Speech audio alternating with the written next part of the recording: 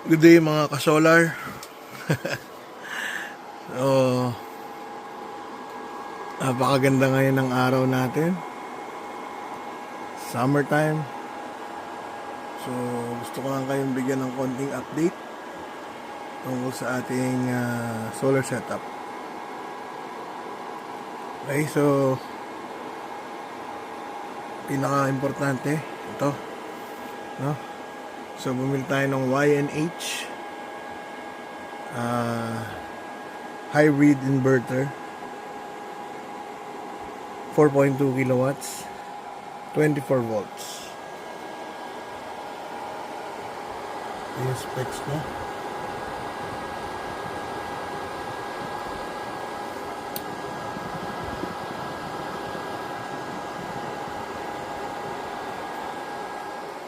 May built-in surge protector, lightning protector, PV switch, ayan, mga circuit breakers. Meron siyang main out, secondary out, at capable siya ng lagyan ng wifi dongle. Okay guys, kakaano ko lang nito, no? Inaayos ko pa. I'm in the process of rewiring things.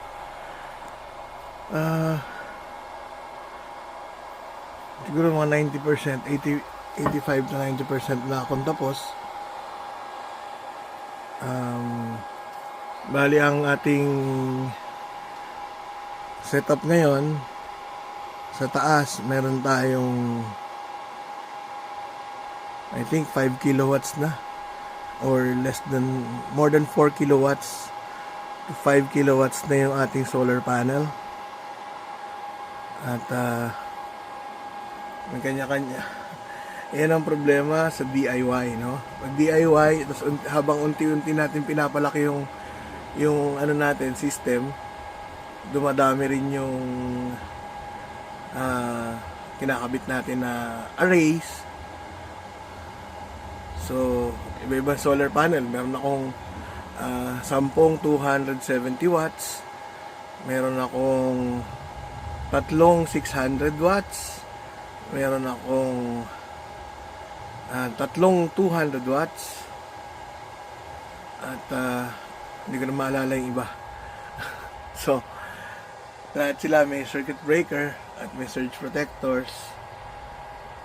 At bawat array, hindi ko sila pinaparallel ng wiring before the solar charge controller. So, ang ginagawa kong ruta is iba-iba ang solar charge controller kasi ayoko mag-suffer na incompatibility yung ating mga solar panels, solar arrays, no?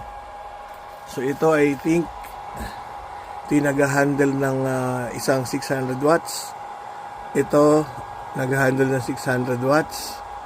Ito, nag-handle ng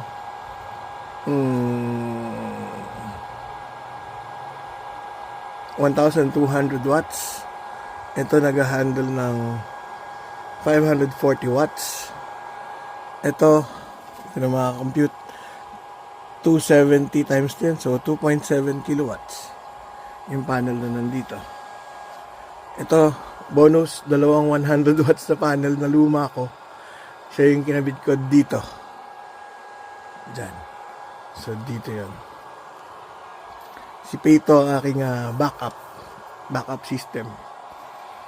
Anyway. So, yan. Mamaya ako nagdi-discuss kasi may app naman tayo. Papakita ko naman sa app. So, kinabitan natin ng wifi watt meter with circuit breaker function. At syempre, hindi ko makakalimutan kabitan nito. Ito ang ating ATS. Guys, yung mga ATS na nakikita nyo, yung may parang rotary switch, walang kwenta yun mga guys. Ito ang tamang ATS. Walang blink. Anyway, yan. So, ang ating battery ay 24 volts, 600 amp hour. Iba-iba yun. Bawat isa nun guys ay may sari-sariling circuit MCB. Okay? Na 100 amp bawat isa. Tapos, lahat yon nakakonekta dito sa ating bus bar. Ito, tsaka ito. And then, lahat itong battery na yan, nakakonekta dito sa ating MCB bago pumunta sa ating inverter. Okay? So, bonus, si Sam doon, hindi ko na nagagamit. Inakyat ko muna dyan. Ito yung kanyang sariling outlet at MCB, etc. So, hindi ko na hindi discuss. Anyway, so itong baby na to ay this is a new addition to the family, no? So, ang una ko, matagal ko nagamit ay yung YNH 3.2 kilowatts. Pero, nakiusap yung kapatid ko na magpakabit ng solar at wala raw siya masyadong budget. So, binigay ko na lang sa kanya yun. Sa kanya na lang yung napunta, yung pinaglumaan natin, at saka tayo nag-upgrade nitong YNH 4.2 kilowatts na ito. So far, so good naman. Bababa tayo siguro sa app para pag-usapan natin. Ito may Wi-Fi function din ito eh. May Wi-Fi function din siya. Ito may Wi-Fi. Nilagyan ko. Ito built-in. And sulit naman guys. Mamaya papakita ko sa inyo yung mga apps nila. Okay? So, yun muna. Baba tayo para makita yung mga iba pang specs. Sa apps na ginagamit ko para ma-monitor at makontrol yung certain appliances at mga lighting sa bahay. So, pinakauna na dyan yung ating Smart Solar of Things. Itong Solar of Things, ito yung kailangan mo i-download para mapagana yung app para mapagana yung monitoring ng ating YNH 4.2 kilowatt inverter. So, may tutorial din sa YouTube kung paano mag sign up at mag set up. Hindi na tayo pupunta doon. Baka maba lang. Yan. So, sa akin, nailagay ko na dito YNH inverter. So, dito si YNH inverter. At this point, it's already 6 o'clock ng hapon. Kaya wala nang nakikita sa panel. Makikita mo 0.009 kilowatts na lang. Ang ating battery ay 26.8 at mayroon tayong load na 0.99 kilowatts. So gagamitin natin yan hanggang bukas. Ang ating battery ay 700 ampere hour na 24 volts. So okay, to tell you honestly, 20% lang ang kailangan kong battery paghapon para gumana ang aircon at electric fan ng aking kasama dito sa bahay, and then yung aircon sa kwarto at saka ilaw gagana na yan hanggang bukas sa umaga at 20% charge. Ganun po kalakas yung battery natin. Kaya ngayon I'm very confident na kahit magluto pa ng magpalambot pa ng bulalo, yung ay kayang-kaya pa rin ng battery natin. Anyway, so about this app, yan, makikita mo kahit malayo ka, since nakadikit siya sa naka-connect siya through Wi-Fi, makikita mo yung harvest kung ilan at that particular moment. Makita mo yung battery, though alam naman natin itong battery na to ay hindi ganun ka-accurate because it's always either charging or drawing power because may load tayo. So, but it could give you a good indication na rin kung ano na yung state ng battery. Pero mas gusto kong tinitingnan doon sa sa actual na battery meter na nandoon sa battery. Yun talaga yung pinaka-accurate. Pag nandito kasi mga load may load o kaya charge, hindi siya accurate. Okay, so yan ang makikita natin. Meron siyang tab for data. Merong daily, monthly. So kung makikita natin for today, ito yung ito bandang tanghalian. Nag-peak ako na 2.4 kilowatts na ginagamit. Pwede natin yung stretch para mas makita natin. Ayan. So bandang 11 o'clock nagkaroon ng madaming activity. Ayan. Ito yung bandang 8 o'clock. Ito yung nagsimula ako magsalang ng washing machine. Ito yung nagluluto na dito kaya matindi na to. And then this one, nagbukas ako ng aircon. Ano ba? Yan. Yung blue naman, yun ang PV power. So 9 kilowatt. Pero mas gusto ko dito tinitingnan Yan. Ito yung analysis natin. So this is for the whole day. Ganito yung mga inabot. Ganito kalakas yung nakuha ng ating 2.7 kilowatts na panel. So our panel is 2.7 kilowatt. Hindi naman talaga laging Yung aking panel na to, by the way, is facing east, no? Sa east. So sa pagsikat ng araw, mas mabilis siyang nawawala sa hapon. So yan. So, makikita natin nag-peak siya ng 10 o'clock. Ito mga cloudy, ito mga dip na to, cloudy to. Nag-cloudy. Ayan. And remember guys ito lang yung isa sa mga arrays natin. Okay. So punta tayo sa next array natin dun sa may 1.2 kilowatts na nakalagay. So yun naman, na-manage ko yun or ma-monitor ko yun by using this smart home app. Ito siya, MPPT Solar Charge Controller. So ito ay may 1.2 kilowatts sa bubong. At this point 0 na. It's already 6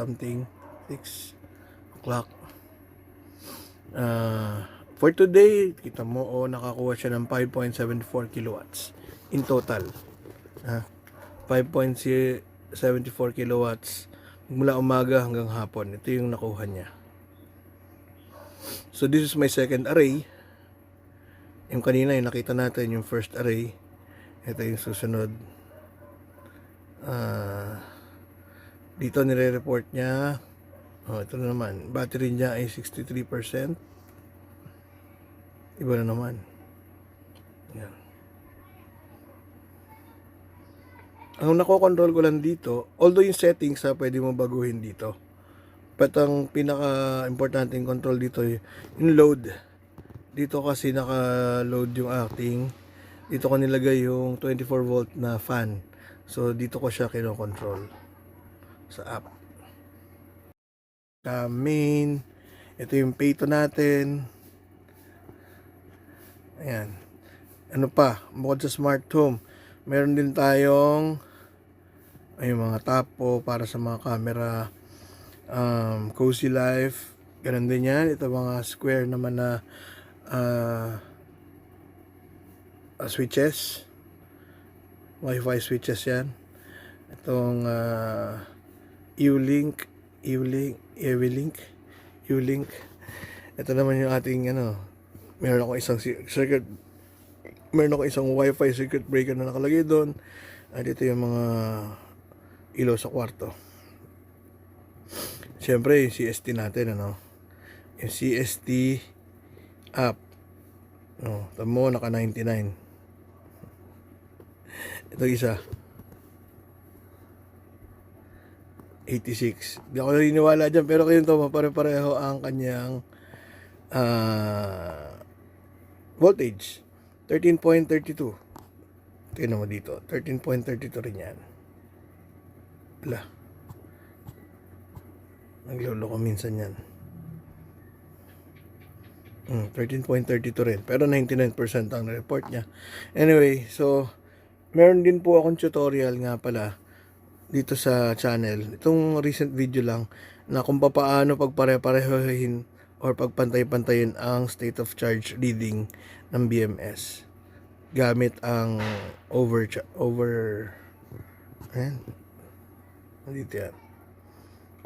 Solar App. Yan ang gamit ko para baguhin ang mga parameters nitong BMS ng CST with Bluetooth. Okay, ano pa? Meron tayong Do Home. At saka yung BMS ng isang baterya natin is JK, which napakagaling talaga ng JK BMS. Bilib ako dito. Ayan. So, bawat cell, minomonitor niya. Meron daw tayo. Ito importante dito. So, ito, no. Pinaka-importante kung tinitingnan dito ay yung pagkakaiba. Ayun, no, yung cell voltage difference. Itong pang-apat na parameter. Dito makikita mo 109.003. So this is good because this is under load dyan. I think 0.01 is acceptable, but this one talagang 0.003. So I think it's those are good cells. Okay, ano pa ba ang ating ginagamit? Yun. So with regard to the smart switches, cameras, etc., nako-control din dito yan sa Google Home. Nakadikit yan sa Google Home natin. So ito lahat yan, makikita natin yan dyan. Okay, mga iba naka-offline. So yun, may mga camera nga tayo, no? Meron tayong mga IP cameras. Meron dyan, may Xiaomi, may kung ano-ano na nabibili kong camera. Anyway, so akyat po tayo. Balik tayo sa... So, yun po. Yun yung ating apps na mga ginagamit. Ito nga pala, nakalimutan kong banggitin. Itong inverter nito maganda. No tool to open. Tapos kahit matanggal mo siya, hindi aalis to sa, hindi humihiwalay ito dito sa cover. So, hindi mawala. Ang problema niyan eh. So, yun. Ano pa ba? So, yan, point number 1, kung magaling ka kung magaling ka benta mo na lang yung panel mo, tsaka solar charge controller mo. Tapos, bili ka ng bagong para uniform yung mga panels nyo. Para hindi magayad katulad sa akin ang daming solar charge controller. By the way, lahat ng natututunan ko dito sa solar, nakuha ko rin sa mga YouTube, na yung mga expert dyan sa YouTube. Hanapin nyo lang, sa search nyo lang yung mga problema nyo. Halimbawa, how to use multiple controller, ganyan. At lahat naman tinuturo na sa YouTube. Be careful lang kasi may mga ibang nagre-review. Parang sila, hindi pa rin naman expert, tapos bibigyan ng tutorial, ganyan. Careful kayo doon sa mga ganon. Hindi pa sila expert, ika nga. Kumbaga, take everything with a grain of salt. Importante yung mga precaution. Nilagyan mo ba ng surge protector? Nilagyan mo ba ng relay? Meron LVD para dun sa peto. Meron din naman LVD para sa load. Ginagawa ko kasing USB charger itong 12 volt ko eh. Ganyan. Basta ano lang, paunti-unti. Paunti-unti lang. Magmamadali sa solar kasi iba na yung safe ka eh. Oh. By the way, yan, nalagyan ko ng 24 volt na fan sa taas ng SRNA. Nalagyan ko lang basta. And then meron tayo dito mas malaki pa na 12 volt, 24 volt fan din. So yan. Basically ito na lang. Ayusin ko na lang to. Hindi ko ba masyado maayos tong part na to eh. Ito ayusin ko. Pero mostly okay na naman siya. Yan. So hanggang doon na lang po muna. Pag may mga questions kayo, sa comment section na lang po siguro. Okay, salamat.